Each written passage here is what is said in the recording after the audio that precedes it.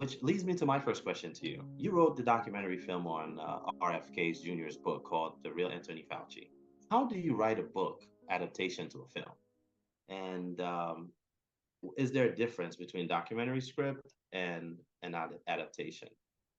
Yeah, it's different, but actually there are a lot more similarities to writing a documentary script and a book adaptation to documentary. Because either way, I have got to come up with a story. There's got to be a storyline. So there's actually a lot, it's similar in a way.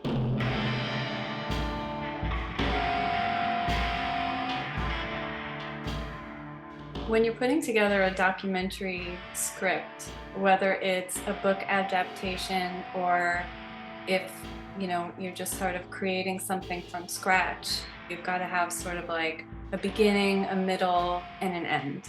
And with The Real Anthony Fauci, it was interesting because that book, which is like a 500-page book, it's not written as a story. It's more encyclopedic in a way.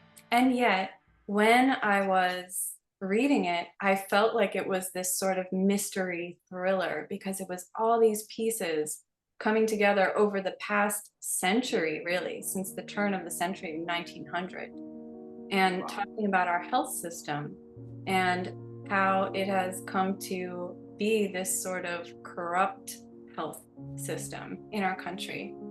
And so I thought, oh my gosh, this is like, it's so incredibly profound and it's so dense with information. If it can be made into a movie, that would be ideal. And so, anyway, the producer that I worked for asked me to put the book into chronological order. It's not written chronologically, but that was actually like a really great way to put it together because that gave it sort of this build up. And so, yeah, when you're putting together a regular documentary script, it's kind of the same concept. You still have to come up with a story in some way.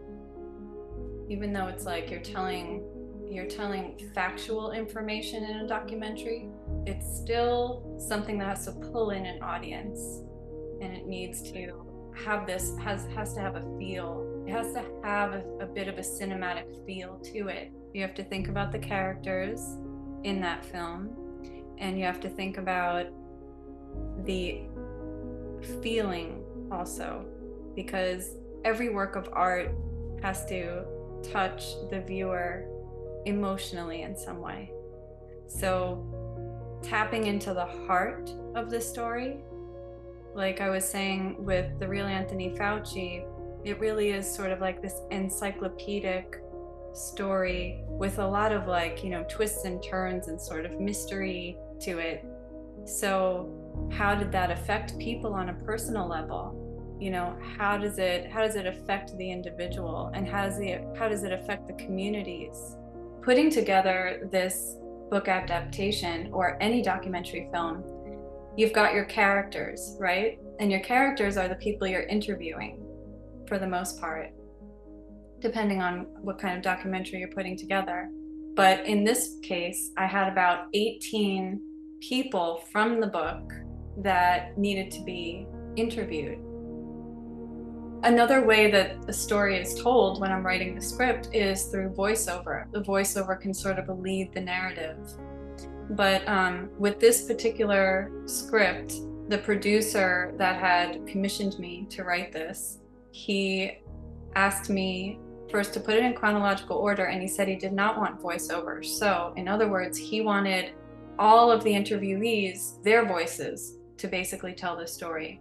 And again, this is a movie that spans about a century, so I had to have some of the historians that were in the book talk about the past. I had to have people who had their careers that spanned about 40 years, 30 to 40 years.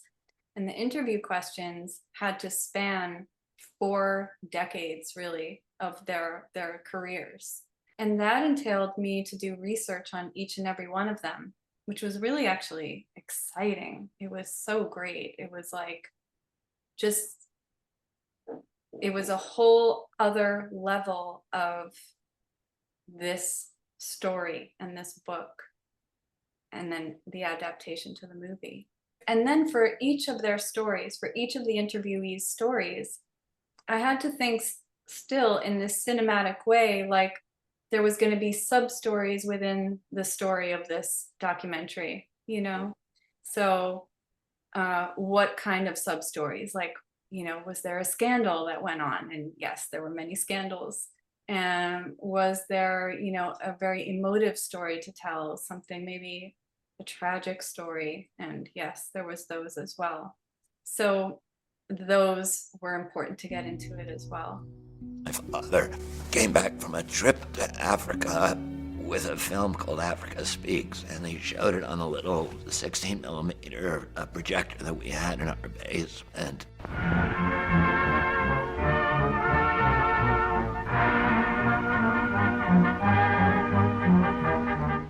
And I just fell in love with the continent. I ended up going to Africa beginning in 1964 many, many times.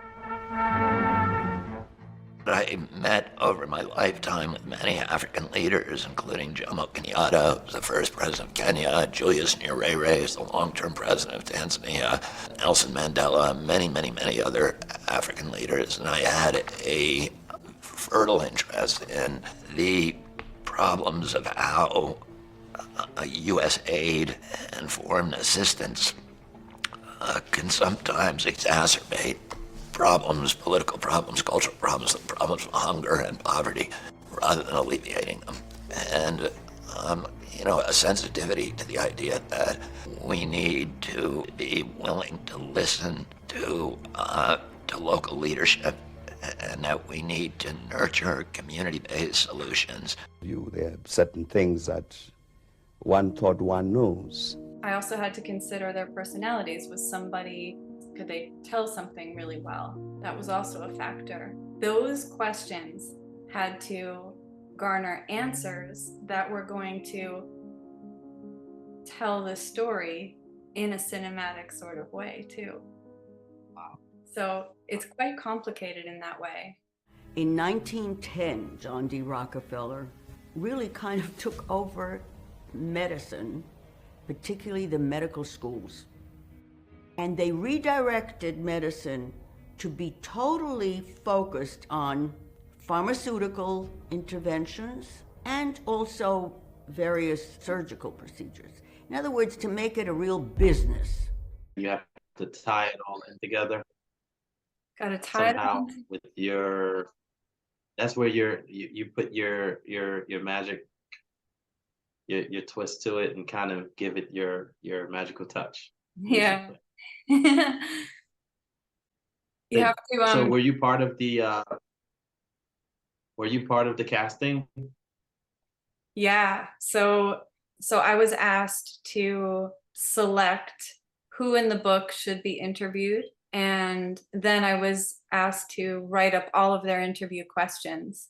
So I selected, a whole bunch, because a lot of people will say no, especially at that time, that people didn't really want to put their faces on the screen for obvious reasons at that time.